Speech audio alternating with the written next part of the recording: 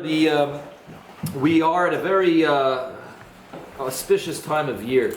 We're in the Yemei Sfira, and we are standing in the days prior to the Kabbalah Satira, which in many ways is the most important day of the year. And an interesting, Rabbi Kotler likes to explain Shavuos, the day of Kabbalah Satira. We see from the many of the Svarim say how the Jewish calendar is not like the non-Jewish calendar. You don't turn the pages, you don't cross the days off the calendar. Rather, you arrive at certain stations. So you have, let's say, the Chayra station, which is Pesach, you have the Simcha station. So you would think you also have the Kabbalah Satira station on Shavuos, which would be an amazing moment of the year, that you have the capacity to be Makabel the Torah. The iris that were set in the atmosphere that we relive every year allows us to have access to Kabbalah Satira more. So Baron Kotler says even stronger. He says that day of Kabbalah Satira that went on then, thousands of years ago, that day never stopped. And every year we get back to that day. In a certain manner of speaking, we travel time, or the time travels to us. But it's not a zecher to the day. It's not just that the iris, the latent power, the potential of the day is again at our fingertips, but rather we enter the actual day of Kabbalah Satira, which is very, very significant, and it takes preparation. And the question, of course, is what does the counting of Sfiras Omer between Pesach to Shavuos, what does that have to do with Kabbalah Satira? So the Rosh HaMadabrim is the Chinuch who speaks about this. He is who everyone references when they try to define. Every day tonight we count to the 27th day of the Yom. And there's a total of 49, and then we know the 50th day is Shavuos. So what is the significance? What are we counting for? What are we counting toward? So the Chinuch says very beautifully, he says how the Iker of Klal Yisrael is the Torah. The whole entire Bria was created for the Torah. As we know famously, Reb Chaim Volozhiner says that if there's ever a moment, a second, that there is no one in the entire world learning Torah, the whole entire universe will be Chayzul L'Toiv Avoyu, it'll be nothing left to the existence. So the entire existence is created for Torah. And he goes further to say, the great big event in Klal Yisrael's history that we just celebrated on Pesach was Yetzias Mitzrayim. We went into Chayros. And the Chinuch says the point of Chayros was not Chayros. Maybe you're familiar with, what was his name, Patrick Henry? Give me liberty or give me death? Give me liberty or give me death. A non-Jewish mind, if I'm not free, so then you may as well kill me. I'm not going to live my life being an indentured servant. So if you give me liberty, that's the end game. As long as I'm free, I'm a free man, I'm happy. The Jewish perspective is very much not like that. The Jewish perspective is not give me liberty, give me Torah or give me death. Without Torah, there's no purpose to life. Liberty is only a means of Torah. The fact that we are, let's say, in the Medinas Chesed of America, which has so many liberties, although it seems like the tide is turning and Jewish blood is again becoming cheap, but for the last while, the liberty that we've had the pleasure to indulge in here in America was a means for us to learn Torah, to regrow, that the Torah should flourish again after what happened in the Holocaust. So the Chinuch says that the liberty, the Chayros that we had by Yetzias Mitzrayim was not an end in and of itself. It was rather a means to an end, the ends being Kabbalah Satira. And we count. The Chinuch says we count from the Yetzias Mitzrayim to Kabbalah Satira. He says, his words are very beautiful. He says, Laharais benafshenu, to show ourselves, hachefetz hagadol, el hayoim hanichbar hanichsaf l'libeinu, for this great day that we desire, that we lust so badly. We pine for this day. Ke'eved yishav tzeil, as a slave who looks forward, he must be, you have your guy picking the cotton fields, and it's the blistering sun, and he can't, his she'ifas, his desire, the only thing that's on his mind is to get some shade. That's what we want. So, the point of the counting is to show ourselves that we are, when I was engaged, my wife's, who was then my column, my wife's friends bought her a countdown clock. I don't know if this is common practice, maybe it is, I just know from my own experience. And you program the clock with the date and the time of the chasana, and then the clock is programmed to count itself down. So you have 30 days, 20 hours, 17 minutes left of the chas, and then it keeps ticking downwards. When you are very excited, when you anticipate something highly, you count down. That's the nature of man, is that you're ticking off. Every cartoon and every movie with a jail cell has the lines on the wall, how many years he's there, or perhaps how many years left until his sentence is over. So after the Chayros, we started a countdown to get to the ultimate goal, the ultimate ends, which was the Kabbalah Satira. And when we count, we show ourselves how important it is. Now, Rabbi Yerucham Olshin came out with this beautiful sefer, and he has so many beautiful Marmakaimas, and he brought down a few Rishonim here, which I never had seen, where they maybe elaborate a little more. I'm going to just take what I want a little bit out of these Rishonim, but he brings, for instance, a Shibbolei Aleket that brings a Medrash. That the Medrash says it's not that we count. In those days, Klal Yisrael was informed by Moshe Rabbeinu that there's going to be a Kabbalah Satira at the end of 50 days. Klal Yisrael at that time started to count. And it was nikva for us because of the counting that they did then. That they were so excited, and that anticipation that they had then, as soon as they heard that there was a Kabbalah Satira, boom, they started counting. And that's what we're doing. We're emulating the excitement that they had.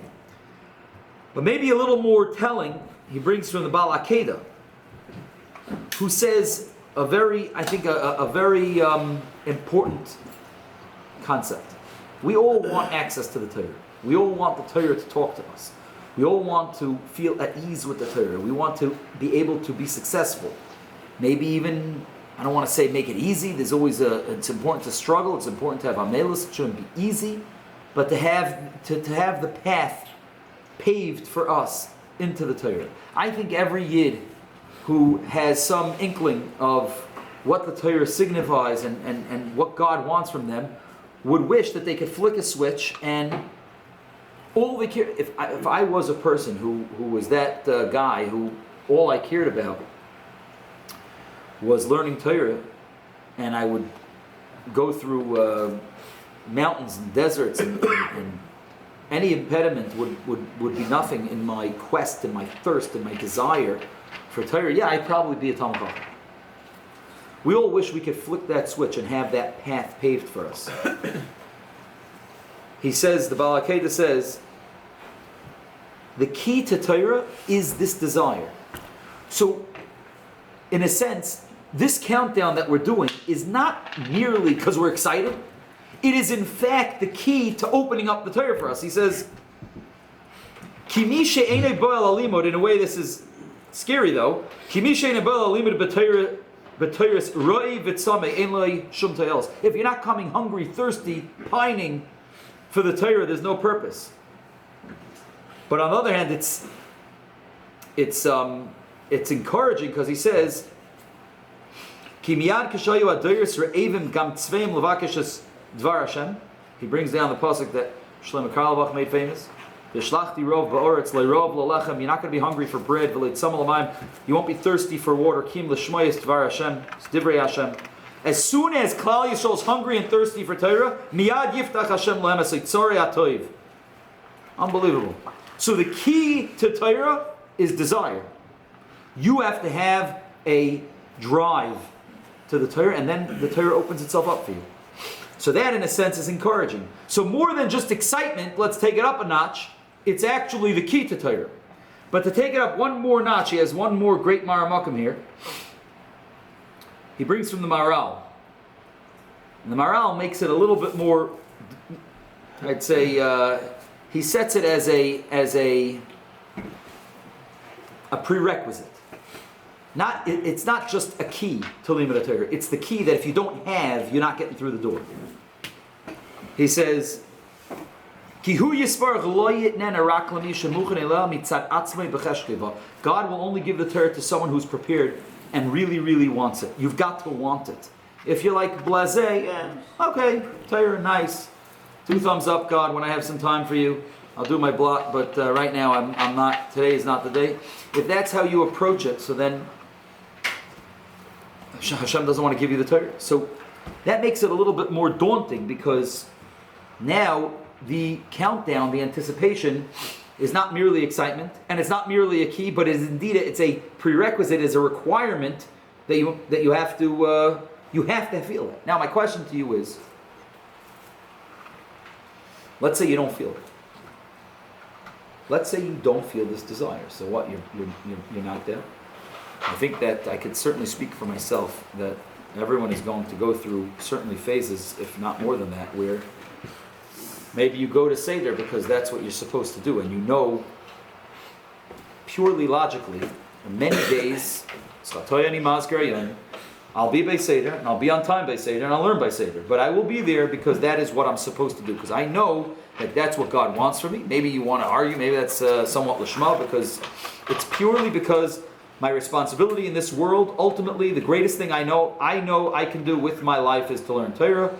Therefore, I come to Seder and learn it. But my desire, I mean, if you want to know the deep, dark, hidden truths and secrets, maybe if you offered me some kind of distraction of sorts, I would find me a chesed to do, or maybe it's something not pure and as holy, anything. I would probably prefer that. I may not choose that. So that's a struggle that we're always going to have. But how are you supposed to develop a desire if you don't have it? Now, there are emotional mitzvahs that are commanded upon us, and on every one of them you could ask the same question, can you command love? I don't love the guy, I hate him. Okay, so you're being over a mitzvah say. I know, but what should I do? I don't love him. Okay, you command me to shake a lulav, I'll shake a lulav. You want me to put on tefillin, I can put on tefillin. I can go through the motions, but you're commanding me to have a feeling, you're commanding me to have an emotion, a desire. I can't just flick a switch, can I? So this is something that's weighed on me, because I try to develop within myself and help my guys develop a tshuka for learning. And there are many different approaches, and I think perhaps tonight there's only one that will be, that we're going to have time for. But there are, I'll tell you a story of Rabbi Leib. Rabbi Leib, Bacher comes to Rabbi Leib with basically this question. Bacher comes to Rabbi Leib and he asks Rabbi Leib, he was really doing poorly in yeshiva, and he asks the Rebbe, I want to have a meeting with Rabbi Leib. Rebbe says, okay, I'll try to arrange it. He tells Rebbe, you got to let me speak my mind. Don't interrupt me. Let me say my piece. That's the only way I'm going to go to him. Rebbe figures, okay, it's worthwhile. He goes to the meeting.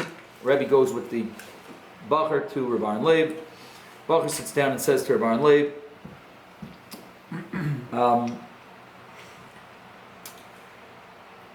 does the Rosh Hashiva like steak? She says, I don't know. I've never had it. So he says, how about I get the Rosh Hashiva steak? He says, no, thank you. I don't really want it. The Bacher said, I promise you, the steak is delicious. It tastes really, really good. So he says, it could be, but I don't want. It's fine. I don't want. No, thank you. And the Bacher says, okay, did Rosh Hashiva ever have ice cream? So Rabbi Leib says, no. How about I get the Rosh Hashiva and ice cream? I'll get the Rosh Hashiva and ice cream. He says, no, thank you. It's good. I'm good. I don't need an ice cream. I'm telling you the ice cream's good, the Bacher says. It's fine. I don't want it. I never had it. I don't need it. I don't want it. So the Bacher says, okay, so I feel the same way about the Torah. My entire life, I'm being pounded, the Torah is sweet, the Torah is amazing, and if you, Rosh Hashiva, can understand that about ice cream and about steak, why can't you understand that about me with Torah? Why is that such a difficult concept for everyone around me to understand that I don't like I don't have a tom in it. I have anything against it? I don't know. I just don't. I'm not chasing it. So now Rabbi Leib's in a little bit of a bind, right? He was all right, Rabbi Leib. I think the greatest story I heard, if I could just parenthetically, he was all right, Rabbi Leib. There was a guy who went up the derech, and he came back to his family for a Shabbos or something, and they were going to, either they were going to a shir, I don't know the details, someone was telling me over, I think it's in the book actually, the guy told me, about Rabbi Leib. He had the opportunity to go to Rabbi Leib. As a guy who wanted nothing to do with anything related to Judaism, it seems, and he agreed to go to Rabbi Leib, and Rabbi Leib had a conversation with him, and it went well, and ultimately things turned around, the guy came back on, very nice, and he was asked once, why did you agree then to go to Rabbi Leib? You were anti-everything. He says, the reason why is because when I was in Cheder, Rabbi Leib came for hair my class. And he was asking everyone a question. And most kids knew the answers to questions. He came to me, and he asked me the first question. I didn't know the answer, and I was very embarrassed. And he went on to other kids to ask whatever other questions, and then he comes back to me, try to give me a question that I could answer correctly. Second question, I blew the second question. Goes around some more, comes back to me, third question, strike out, I'm 0 for 3. As everyone left the classroom after the hair, Rabbi Leib gave a candy to each kid. 1 candy per kid. And when it came my turn, he gave me 3 candies. And he said, the reason why I'm giving you 3 candies is because with the Torah, it's not about getting it right. It's about trying. So you tried 3 times. The other guys only tried once, so you deserve 3. He said, he said, I was so blown away from Rabbi Leib's response to my shame and how he turned that around and made that into a good thing, and he made me feel good, and I got extra rewards. A meeting with him was not something I was going to turn down, and the rest was history. So Rabbi Leib was all right. He had his head on his shoulders, and he responds to the fellas as follows. He says, let me ask you a question. Would you agree that honey is sweet? So the Bacher says yes. It's pretty much, so pretty much everyone out there will agree honey is sweet. That's like, if you had to choose something to define the taste of sweetness, it would be honey. The kid says, yeah, absolutely, honey's sweet. He said, are you aware that if someone has sores and cuts and whatnot in his mouth, the honey's going to burn those sores and it will not be pleasant going down? I said, okay. He says, but the honey's sweet. He said, the answer is the honey stays sweet. But your mouth is the problem. The honey doesn't change. He says, the Torah, I guarantee you, the Torah is sweet. The problem is your mouth. The problem here is you. Now, that doesn't necessarily give the practical answer. But the point is, the Torah is for sure sweet. We can accept when the pasuk tells us that it's besukim and dvash v'noifes tzufim. We don't think that David HaMelech, we don't think that we're being lied to. The question is, we can't taste the sweetness. So we'll accept absolutely on faith. Honey is sweet. However, now what are we supposed to do? How are we supposed to taste the sweetness? It's your mouth. It's not the honey. To quote the great Ramich Levy, when I heard this story from him, when he said it in a similar type of shmooze, he said, I don't know, maybe it's an inappropriate mashal. He said, it ain't your stash, it's the pipe. You got to, the Torah is beautiful. Now, the question is your tools, is you, the learner of the Torah, is that something that is going to let, now, let me give you an example, right? You have a little kid. Little kids, their palate is not very mature. Their taste buds haven't developed. Little kids like sweet foods, they like simple foods, right? You give a little kid a good piece of sushi, the kid's not interested. The kid wants something very simple. The kid wants a lollipop. Most adults are not walking around pining for lollipops. Maybe, I'm not saying, you buy a Shalom Zacher and you can pop some candy corns, but that's not really when you want to go out and have something to eat, okay, let's go out and get some candy corns. You're going to go out and you have yourself a steak. You have yourself a good meal. You're not going, you can pop them, you can enjoy them, but that's not the ultimate in your culinary pleasures. You're going to be a little bit more of a connoisseur than that, right? For instance, my Bachram spent like 10 years teaching me how to enjoy dry wine, and I've reached the point, I don't know if I should be proud of it or not, that I indeed enjoy it.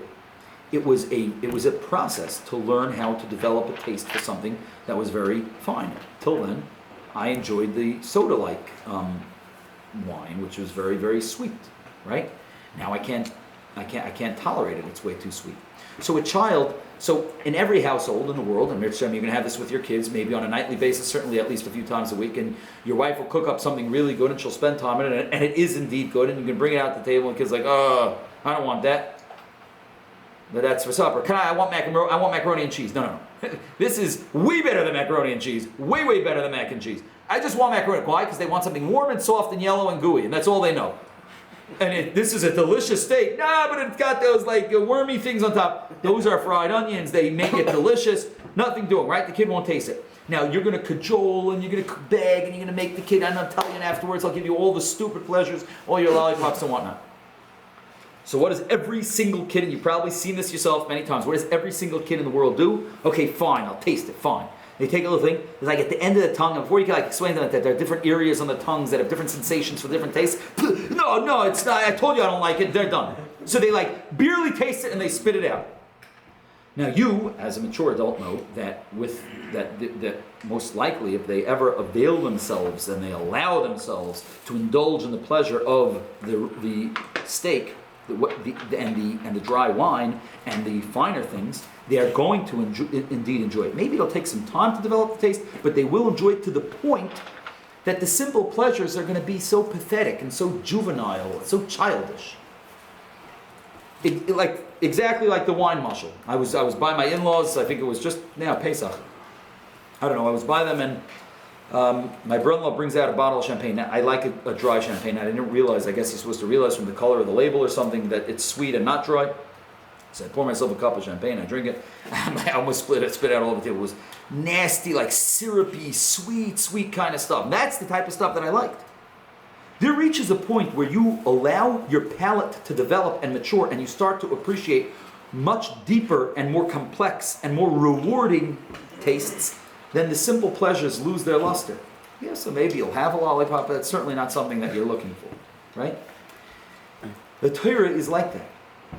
You can't just give the Torah a little taste at the tip of your tongue. No, it's enough.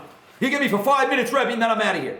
Okay, so now you've got no shot. So you are that 5-year-old child who's given the ability to taste something delicious, but you say, no, I still want my Cheerios. I want my mac and cheese. No, you have to grow up. And you have to sometimes, maybe it'll take a little bit time, and you'll have to swallow hard a few times.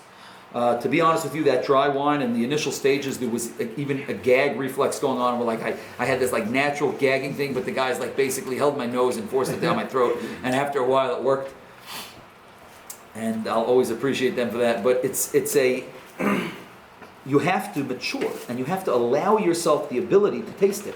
The Gemara says in Chagiga that someone who's learning and stops his learning, and he's poisik and divrei Torah to talk about sicha b'teil, to talk about shtusim, to kibitz around, to joke around, to just schmooze, machilin loy gachalei resamim. They feed him the coals of a certain kind of wood that retains its heat very well for a very long period of time. I once heard from Rabbi Yisrael Newman. He was crying. I was very moved by this shmooze. I think it was either it was Kol Nidre shmooze or Ne'ilah shmooze. It was on Yom Kippur and BMG.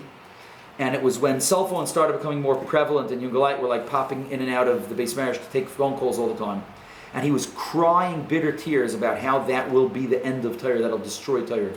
And he was saying that this very Gemara, that if you're posik in divrei Torah to talk sicha b'teil, they give you gachalei or something. He said, why that punishment? Is it just because you talked, so therefore, like a mida keneged mida type of punishment, so we're going to burn your tongue because you talked with your tongue? He said, no, it's much deeper than that. It's such a beautiful thing, he said. He said, if you eat something very hot, first course of the Shabbos meal, and you eat some chicken soup, and it's like you didn't realize you didn't give it enough time, and it's really burning hot, and you burn your taste buds. You know that you don't taste anything for the next while. That's just the way it works. You drink a scalding hot tea. Usually it doesn't happen with coffee if you add a little milk, but if you drink a scalding hot tea, you injure your taste buds. I was reading an article about a guy. He's the chief taster for Breyer's, I hope I'm pronouncing that right, ice cream.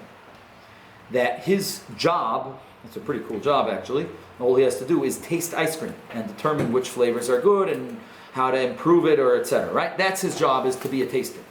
Now his role as a taster, that his tongue is so delicate and it's such a important instrument for the company and for his career, that part of his contract is that he's not allowed to drink coffee, I mean the caffeine and not just the heat. He's not allowed to eat anything remotely spicy, no jalapeno, nothing like that for him, because that will somewhat minimize his ability. It'll like neutralize his taste buds somewhat. It'll make him less capable of really getting that taste down pat.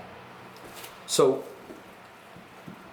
that we understand. When it comes to physical taste, you could hurt your taste buds, and even something that you very much enjoy, you don't taste it. It's not because you injured your taste buds. Said Rabbi Yisrael Newman, that's why they feed you gachalei or something. If the Torah to you has so little pleasure that you have your interest in it is so minimal that you could interrupt it to talk about random silliness, and you have the opportunity to to suck the marrow of life, that the very reason that the entire world is created is every single ice of Torah that you're learning, and it's Talmud Torah Keneged Kulam, and every ice of Torah is shackled to all the mitzvahs that you could possibly do.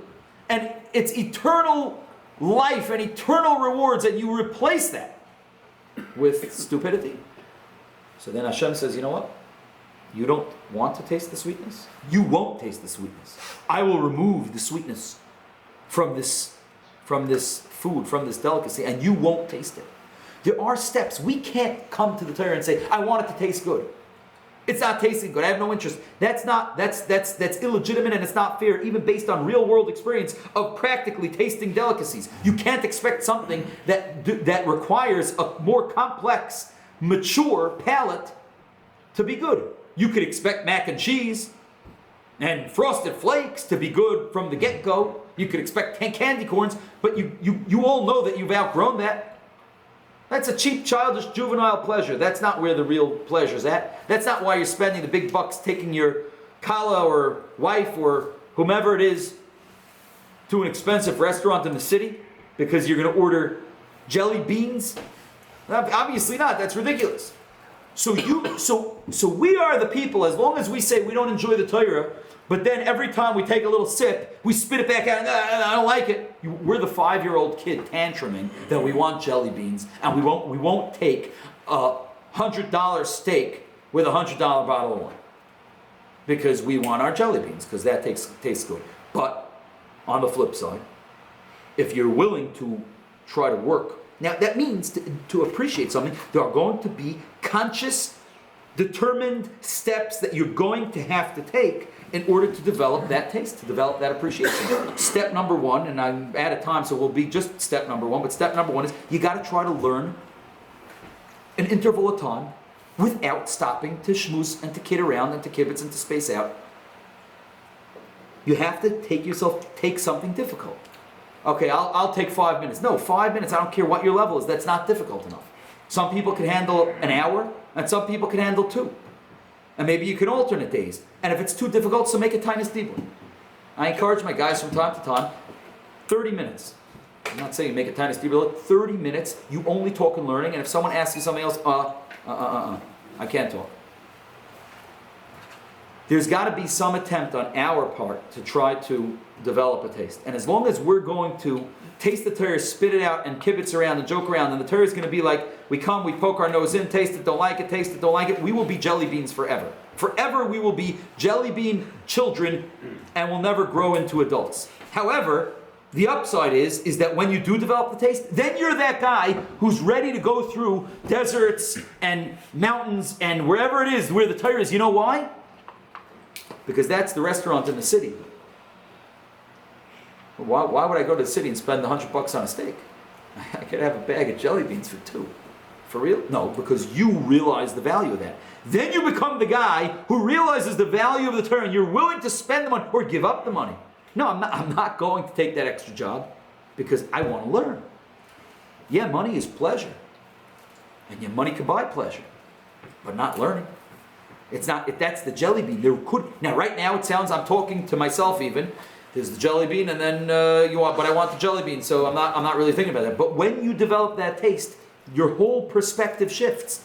I'm not going to pursue juvenile pleasures at the expense of something good. You're not going to sell me on a bag of peanut chews instead of a platter of sushi even. Something good. It's not going to happen. So what we have to do, we have to contribute. We can't expect the Torah to come to us and be that delicious treat to us. We have to do something. We have to fix up our mouth. We have to fix up on our end. And I would say that the very first step in these, we have today's the 27th day. There's not a whole lot of time left in this countdown. We're beyond the halfway point in the countdown to Kabbalah Torah. Accept upon yourself next few weeks, at least every Seder, to have a certain interval of time where you will not be mafsik, come what may, and you will begin to develop a taste. And then your world perspective will shift, and it'll only grow from there, and we'll have a tremendous hatzlacha opening up the keys to Torah, this Kabbalah Torah.